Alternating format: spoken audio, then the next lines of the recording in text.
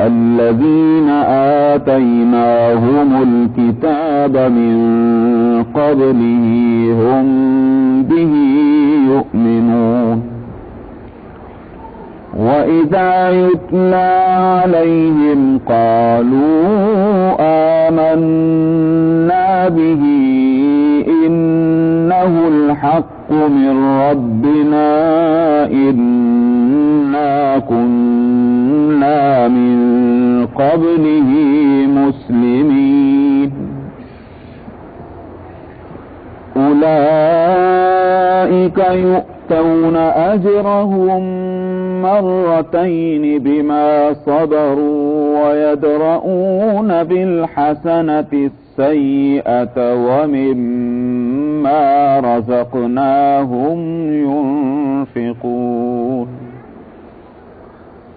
وإذا سمعوا اللغو أعرضوا عنه وقالوا لنا أعمالنا ولكم أعمالكم سلام عليكم لا نبتغي الجاهلين. إنك لا تهدي من أحببت ولكن الله يهدي من يشاء وهو أعلم بالمهتدين. وقالوا إن نتبع الهدى معك نتخطف من أرضنا أولم نمكن لهم حرما آمنا يجبى إليه ثمرات كل شيء رزقا من لدنا يجبى إليه ثمرات كل شيء رزقا من لدنا ولكن أكثرهم لا يعلمون. وكم أهلكنا من قرية بطرت معيشتها فتلك مساكنهم لم تسكن من بعدهم إلا قليلا وكنا نحن الوارثين. وما كان ربك مهلك القرى حتى يبعث في أمها رسولا يتلو عليهم آياتنا وما كنا مهلك القرى إلا وأهلها ظالمون. وما أوتي آتيتم من شيء فمتاع الحياة الدنيا وزينتها وما عند الله خير وأبقى أفلا تعقلون صدق الله العظيم.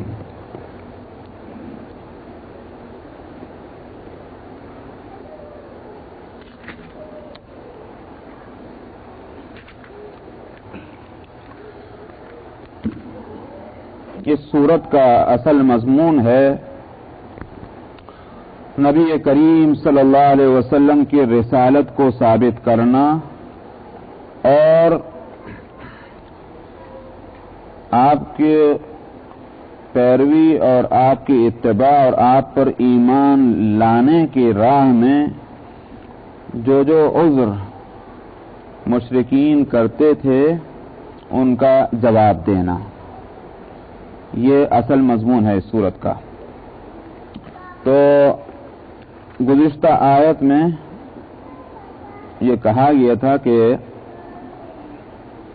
جب ان سے یہ کہا جاتا ہے کہ کتاب حق آ چکی ہے اور اس پر ایمان لاؤ، تو یوں کہتے ہیں، بہانہ اس طرح کا پیش کرتے ہیں کہ ہم کیسے مان لیں کہ یہ اللہ کی کتاب ہے؟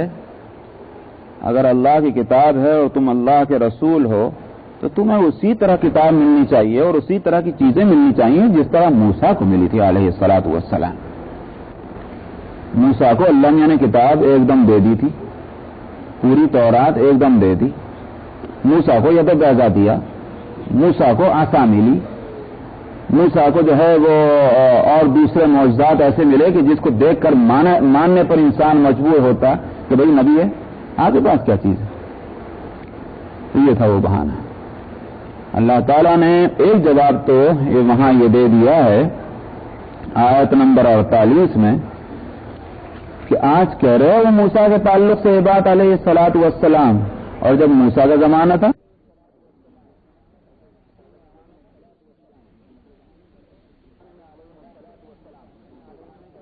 میں علیہ الصلوۃ والسلام تم دوسرے بہانے کر رہے ہو۔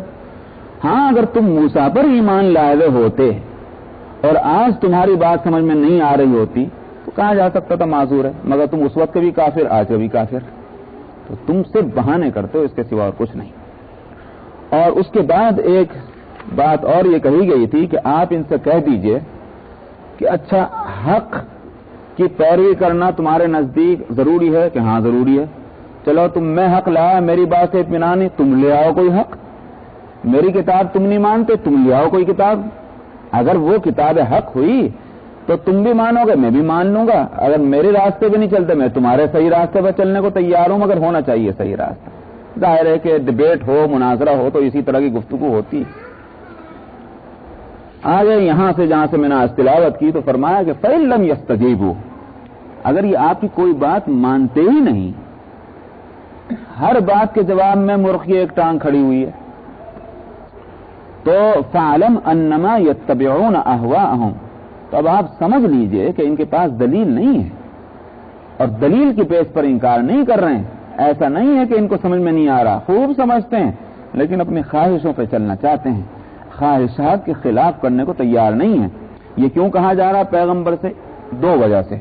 ایک طرف تو یہ کہ پیغمبر کو اطمینان ہو جائے، میری طرف سے کوئی کمی نہیں ہو رہی سمجھانے کے اندر، ایسا نہیں کہ میرا قصور ہے تو سمجھ نہیں رہے، بلکہ یہی خود برے ہیں۔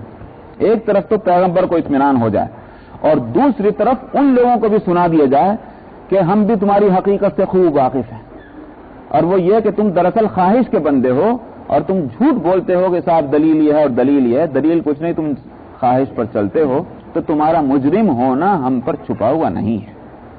ان کو بھی سنانا تھا۔ وَمَنْ أَضَلُّ مِمَّنِ اتَّبَعَ هَوَاهُ بِغَيْرِ هُدًى مِّنَ اللَّهِ، اور اس کو بھی یہ لوگ کان کھول کر سن لیں کہ کون زیادہ گمراہ ہے اس شخص کے مقابلے میں کہ جس نے اپنی خواہشات کی پیروی کی اللہ کی ہدایت اور رہنمائی کے بغیر، یعنی اللہ کی ہدایت کو چھوڑ کر خواہشات پہ چل رہا ہے۔ یہی وہ مضمون تھا جو میں پچھلے ہفتے کہہ رہا تھا کہ ہمیں دین کے معاملات کے اندر دلیل کو بنیاد بنا کر کسی ایک چیز کو قبول کرنا تو ہے، یہ تو درست ہے۔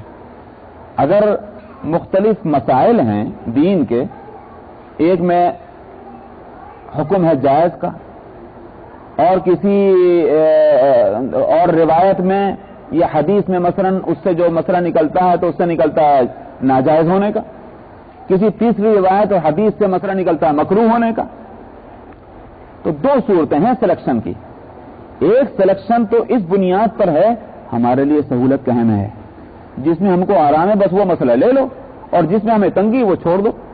ایک سلیکشن تو اس بنیاد پر ہے، اور ایک انتخاب اور سلیکشن ہے دلیل کی بنیاد پر، کہ بھئی دلائل جو ہیں اس سے کون سا مسئلے کا کون سا پہلو جو ہے وہ زیادہ مطلب یہ ہے کہ مضبوط معلوم ہوتا ہے، جائز والا، ناجائز والا یا مکروہ والا۔ تو دلائل جو ہیں، دلائل کی بنیاد پر مسئلے کا مختلف جو پہلو ہیں ان میں سے ایک پہلو کا انتخاب تو درست ہے، لیکن سہولت کو بنیاد بنانا یہ وہی خواہش والی بات ہے۔ خواہش پر نہیں چلا جائے گا دین میں، بلکہ دلیل پر چلا جائے گا۔ کیوں؟ وجہ اس کی یہ ہے کہ دراصل دین کی پیروی کے معنی یہ ہے کہ ہمیں اللہ سبحانہ و تعالی کو فالو کرنا ہے، ان کے احکام پر عمل کرنا ہے، چاہے اس میں ہم کو دکھ ہو، چاہے ہم اس میں راحت ہو، ہمارے لیے سہولت ہو یا ہمارے لیے تنگی ہو، قانون پر چلنا ہے۔ تو قانون کا قانون ہونا جب معلوم ہو جائے دلیل کی بنیاد پر، تو ہمیں یہ نہیں دیکھنا کہ ہم کو سہولت ہے کہ یا اس میں مشقت ہے۔ تو میرا مطلب یہ تھا کہ بغیر من اتبع هواه بغیر هدى من اللہ سے ایک اصول سامنے آیا۔ آگے فرماتے ہیں ان اللہ لا يهدي القوم الظالمین، بلا شبہ اللہ تعالی ظالم قوم کو ہدایت نہیں دیتے۔ معلوم ہوا کہ یہ ظالم ہیں، دلیل کی بنیاد پر بات نہیں کر رہے، محض بہانے کر رہے ہیں، تو اللہ ہی کو کیا پڑی کہ وہ ان کو ہدایت دے گا جب وہ خود ہدایت نہیں چاہتے۔ وَلَقَدْ وَصَّلْنَا لَهُمُ الْقَوْلَ لَعَلَّهُمْ يَتَذَكَّرُونَ، آگے فرما رہے ہیں کہ کوئی ایسی ہی بات نہیں کہ بس موسیٰ آئے اور موسیٰ کے بعد محمد آئے علیہ الصلاۃ والسلام، ہماری طرف سے ان کے لیے ہدایت کی کوشش ہماری طرف سے اس میں کبھی کوئی کمی نہیں ہوئی۔ تسلسل کے ساتھ ہدایت کی طرف رہنمائی کرنے والے اور ہدایت کا راستہ بتلانے والے ہماری طرف سے تسلسل کے ساتھ دنیا میں آتے رہے، یا یوں کہیے کہ تسلسل کے ساتھ ہماری طرف سے کتابیں آتی رہیں۔ وَلَقَدْ وَصَّلْنَا لَهُمُ الْقَوْلَ لَعَلَّهُمْ يَتَذَكَّرُونَ، ہم مسلسل ان کے لیے بھیجتے رہے بات کو، بات سے مراد ہے ہدایت کی بات، اس لیے تاکہ یہ نصیحت حاصل کرتے رہیں۔ تو وہ اب یہاں تک کی جو آیتیں سامنے آئیں وہ یہ کہ مشرکین ہی نہیں، مشرکین کے باپ دادا، پر دادا، سگر دادا، اوپر سے موسیٰ علیہ السلام کے وقت سے اور ان سے پہلے سے یہ بڑے مجرم ہیں، یہ ایک تصویر ذہنوں میں آئی۔ تو ون ٹو آل سب کے سب مجرم ہیں، یہ دین حق کو نہ ماننے والے۔ تو یہ کیسے ہو سکتا ہے کہ صدیاں گزر جائیں، قرن گزر جائیں، اور ایک بھی جو ہے وہ رجل رشید نہ ہو، ان میں کوئی ہدایت کا طلبگار نہ ہو، قومیں کی قومیں صدیاں کی صدیاں ایسی گزر گئیں کہ اللہ کی بات نہ ماننے والے، یہ خیال ہو سکتا تھا۔ اس لیے یہاں آگے فرمایا جا رہا کہ ایسا نہیں، کچھ لوگ اچھے بھی ہوئے ہیں۔ قرآن کا انصاف یہ ہے کہ اچھوں کو اچھا کہے اور بروں کو برا کہے، یہ نہیں کہ محض بروں کا تذکرہ ہے لیکن اچھوں کو بھول جاتا ہے قرآن۔ اس لیے آگے فرماتے ہیں کہ الذین آتیناہم الکتاب من قبلہ ہم بہ یؤمنون، جن لوگوں کو ہم نے کتاب دی ان سے پہلے، یعنی کن سے پہلے؟ پیغمبر صلی اللہ علیہ وسلم سے پہلے یا قرآن سے پہلے، ہم بہ یؤمنون، وہ اس کتاب پر ایمان لاتے رہے ہیں، کچھ ایسے بھی ہوئے ہیں۔ وَإِذَا يُتْلَى عَلَيْهِمْ قَالُوا آمَنَّا بِهِ إِنَّهُ الْحَقُّ مِنْ رَبِّنَا إِنَّا كُنَّا مِنْ قَبْلِهِ مُسْلِمِينَ، اور اب جب ان کے سامنے قرآن آ گیا اور ان کے سامنے قرآن شریف پڑھ کر سنا